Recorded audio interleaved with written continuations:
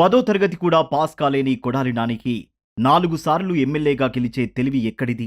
Transport బిజినెస్‌తో బిజీగా ఉన్న నానికి ఎమ్మెల్యే పదవిపై ఆశ ఎందుకు కలిగింది? ఏం చేసి తాను నందమూరి హరికృష్ణకు దగ్గరయ్యాడు?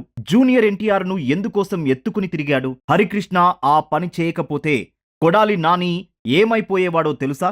నాని స్వార్థంతో చేసిన పాదయాత్ర తెచ్చిన ఫలితమేంటి?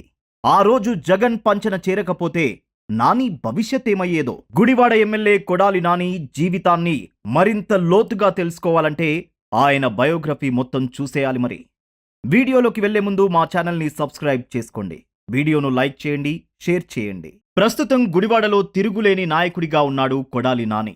తాను పార్టీ మారినా, రాష్ట్రంలో అధికారం మారినా తన పవర్ మాత్రం తగ్గలేదు. తాను ఎమ్మెల్యేగా ఓడిపోలేదు. ప్రతి ఎన్నికలోనూ మెజారిటీ పెరిగింది కానీ ఎప్పుడూ తగ్గలేదు. 20 ఏళ్లుగా తిరుగులేని విజయాన్ని సొంతం చేసుకుంటున్న కొడాలి నాని అసలు పేరు, పూర్తి పేరు కొడాలి శ్రీ వెంకటేశ్వరరావు. గుడివాడకు చెందిన అర్జున్ రావు దంపతులకు 1971 అక్టోబర్ 22న జన్మించాడు నాని. చిన్నప్పటి నుంచి దూకుడు స్వభావం ఎక్కువే. చదువుపై పెద్దగా ఇంట్రెస్ట్ ఉండేది కాదు. అందుకే 10వ తరగతిలో ఫెయిల్ అవడంతో చదువు ఆపేశాడు. తన తండ్రికి ఉన్న లారీ ట్రాన్స్పోర్ట్ నడిపించడంలో సాయంగా ఉండేవాడు. లారీలను చూసుకునేవాడు. వ్యవసాయంలో తండ్రికి సాయపడేవాడు. అయితే 1982లో కొత్తగా ఆవిర్భవించిన తెలుగుదేశం పార్టీ పెద్దగా చదువు అబ్బని కొడాలి నానికి రాజకీయ ఓనమాలు దిద్దిస్తుందని ఆయన కూడా ఊహించి ఉండడు. కొడాలి నాని తండ్రి అర్జున్ రావుకు ఎన్టీఆర్ అంటే విపరీతమైన అభిమానం. ఎన్టీఆర్ తెలుగుదేశం పార్టీ పెట్టినప్పటి నుంచి అర్జున్ రావు పూర్తిగా ఆ పార్టీకి అంకితమయ్యారు. టీడీపీ పార్టీ కార్యక్రమాల్లో చురుకుగా పాల్గొనేవారు అర్జున్ రావు. అలా కొడాలి నాని తన చిన్నప్పటి నుంచి రాజకీయాలను చాలా దగ్గర నుంచి చూస్తూ పెరిగాడు. ఎన్టీఆర్ ప్రతిసారి 2 లేదా 3 చోట్ల నుంచి పోటీ చేసేవాడు. అలా 1983, 1985 ఎన్నికలలో గుడివాడ నుంచి పోటీ చేసి గెలిచాడు ఎన్టీఆర్. ఆ సమయంలో జరిగిన రాజకీయ హంగామాను కల్లారా చూసిన నానికి క్రమంగా రాజకీయాలపై ఆసక్తి పెరిగి చిన్నప్పుడే టీడీపీ కార్యకర్తగా మారిపోయాడు. అదే సమయంలో ఎన్టీఆర్ కొడుకు హరికృష్ణతో ఏర్పడిన పరిచయం కొడాలి నాని జీవితాన్ని రాజకీయానికి మరింత దగ్గర చేసింది. ఎన్టీఆర్ గుడివాడలో పోటీ చేసినప్పుడు ఆయనకు అన్నీ హరికృష్ణ అయితే, హరికృష్ణకు అన్నీ కొడాలి నాని తండ్రి అర్జున్ రావు. ఒక రకంగా గుడివాడ నియోజకవర్గంలో హరికృష్ణకు కుడి భుజంగా మెలిగారు అర్జున్ రావు. ఎన్నికల ర్యాలీలో హరికృష్ణకు నానినే సహాయకుడిగా ఉండేవాడు. ప్రతి కార్యక్రమంలో హరికృష్ణ వెంటే ఉండి ఆయన ఏ పని చెప్పినా కాదనకుండా చేసేవాడు. ఈ క్రమంలోనే హరికృష్ణతో నానికి అనుబంధం ఏర్పడింది. అది ఏ స్థాయికి వెళ్ళిందంటే నానిని తన పెద్ద కొడుకుగా భావించేవాడట హరికృష్ణ. తన ఇంట్లో కార్యక్రమాలకు కూడా నానికి ఆహ్వానం ఉండేది. హరికృష్ణ కొడుకు జూనియర్ ఎన్టీఆర్ను బంధువుల ఇంటికి పంపించేటప్పుడు, ఏటైనా బయటకు తీసుకెళ్లాల్సి వచ్చినప్పుడు కొడాలి నానిని తోడుగా పంపించేవాడు హరికృష్ణ. జూనియర్ ఎన్టీఆర్ను నాని కూడా ఎంతో గారాబం చేసేవాడు, ఎత్తుకుని తిప్పేవాడు. ఆ అనుబంధంతోనే ఇప్పటికీ నానిని అన్నా అని పిలుస్తాడు జూనియర్ ఎన్టీఆర్. అలా నందమూరి కుటుంబంలో స్థానం ఏర్పరచుకున్నాడు కాబట్టే హరికృష్ణ ఎంతో ప్రోత్సహించి కృష్ణా జిల్లా తెలుగు యువత అధ్యక్షుడిగా చేశాడు నానిని. అదిగో అప్పుడు మొదలైంది నాని అసలైన రాజకీయ ప్రస్థానం.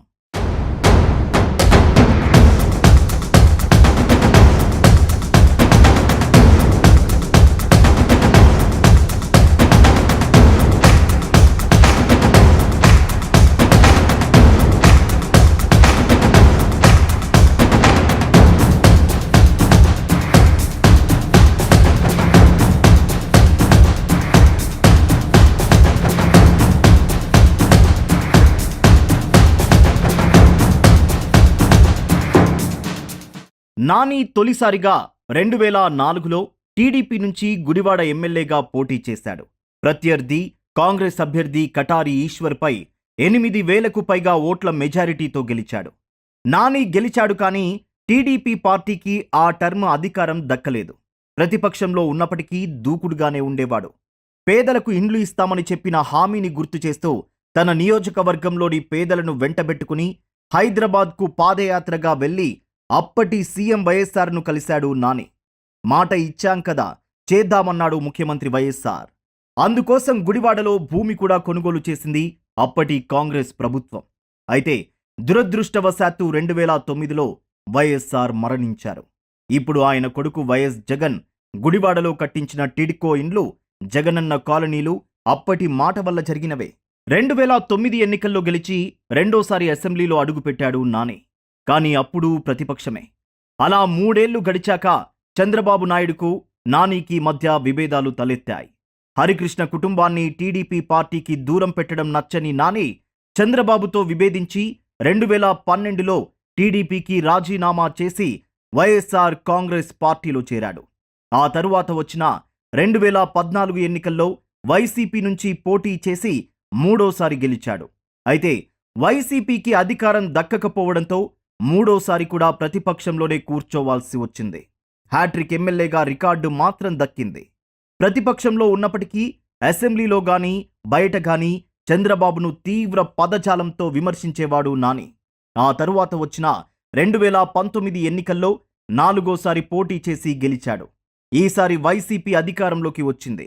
జగన్ ముఖ్యమంత్రి అయ్యాడు. నాని పౌర సరఫరాల శాఖ మంత్రి అయ్యాడు. కొడాలి శ్రీ వెంకటేశ్వరరావు నాని అనే నేను శాసనం ద్వారా నిర్మితమైన భారత రాజ్యాంగం పట్ల నిజమైన విశ్వాసం, విధేయత చూపుతానని, భారతదేశ సార్వభౌమాధికారాన్ని, సమగ్రతను కాపాడుతానని, ఆంధ్రప్రదేశ్ రాష్ట్ర మంత్రిగా నా కర్తవ్యాలను శ్రద్ధతో, అంతఃకరణ శుద్ధితో నిర్వహిస్తానని, భయం కానీ పక్షపాతం కానీ రాగద్వేషాలు కానీ లేకుండా రాజ్యాంగాన్ని, శాసనాలనే అనుసరించి ప్రజలందరికీ న్యాయం చేస్తానని దైవసాక్షిగా ప్రమాణం చేస్తున్నాను. సాధారణ కార్యకర్తగా జీవితాన్ని మొదలుపెట్టి వరుసగా 4 సార్లు ఎమ్మెల్యేగా గెలిచి రికార్డు సృష్టించారంటే దానికి కారణం హరికృష్ణనే. టీడీపీ వ్యవస్థాపకుడు ఎన్టీఆర్ పోటీ చేసిన గుడివాడ స్థానం నానికి దక్కడంలో హరికృష్ణదే కీలక పాత్ర. అందుకే తన రాజకీయ గురువుగా హరికృష్ణ పేరే చెప్తాడు నాని. ఎన్టీఆర్ 1994 ఎన్నికల్లో టెక్కలి నుంచి, హిందూపురం నుంచి 2 చోట్ల పోటీ చేశాడు. రెండింట్లోనూ విజయం సాధించడంతో టెక్కలికి రాజీనామా చేసి హిందూపురం నుంచి కొనసాగాడు. అయితే తాను రాజీనామా చేసిన టెక్కలి సీటును లక్ష్మీ పార్వతికి ఇవ్వాలనేది ఎన్టీఆర్ ఆలోచన. కానీ అక్కడ నుంచి పోటీ చేసి అసెంబ్లీకి వెళ్లాలని హరికృష్ణ భావన. అందుకనుగుణంగా టెక్కలి నుంచి హరికృష్ణను పోటీ చేయించేందుకు హరిసేన పేరుతో అనేక కార్యక్రమాలు జరిగాయి. హరికృష్ణ అభిమాన సంఘాలు హంగామా సృష్టించాయి. అయితే ఆ వ్యవహారమంతా నడిపింది కొడాలి నానియే. అలా నాని పూర్తి స్థాయి రాజకీయ జీవితం మొదలైంది హరిసేనతోనే. హరికృష్ణ ప్రోద్బలంతోనే కృష్ణా జిల్లా తెలుగు యువత అధ్యక్షుడిగా పనిచేశాడు.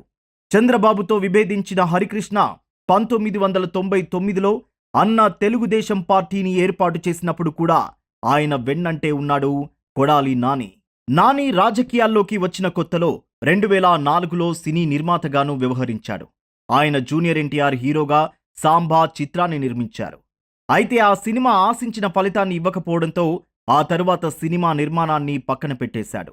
నానికి భార్య అనుపమ, 2 కూతుళ్లు ఉన్నారు.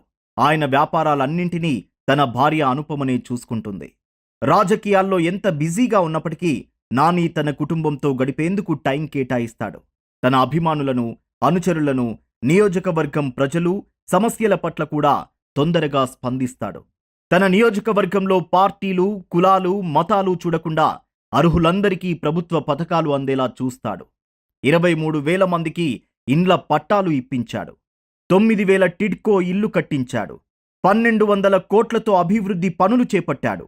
నీటి సమస్యలు, రోడ్ల సమస్యలు రాకుండా చెరువులను బాగు చేయించాడు. ఫ్లైఓవర్లు సాధించాడు. అందుకే పార్టీలకతీతంగా ఒక నాయకుడిగా ఆయన విజయ ప్రస్థానం 20 ఏళ్లుగా కొనసాగుతూనే ఉంది. అయితే ఎంతో మంది రాజకీయ నాయకుల మీద ఉన్నట్టే కొడాలి నానిపై కూడా 4 పోలీస్ కేసులున్నాయి. కొన్ని వివాదాలున్నాయి. పేకాట క్లబ్బుల నిర్వహణ వంటి ఆరోపణలు ఉన్నాయి. వైసీపీలో ఫైర్ బ్రాండ్ అని పిలుచుకున్నప్పటికీ తన నోటికి హద్దు అదుపు లేకుండా మాట్లాడటం నానికి ఉన్న ప్రధాన లోపం. రాజకీయాల్లో గీత దాటి మాట్లాడినా, బరి తెగించి వాదించినా అది నాని నోటి చలువే. ముఖ్యంగా చంద్రబాబు, లోకేష్ విషయంలో ఒంటి కాలిపై లేస్తాడు. తీవ్ర పదజాలంతో దూషిస్తాడు. మితిమీరిన దూషణ, వినలేని ఆయన భాష మారితే రాష్ట్రం మొత్తం హర్షిస్తుంది.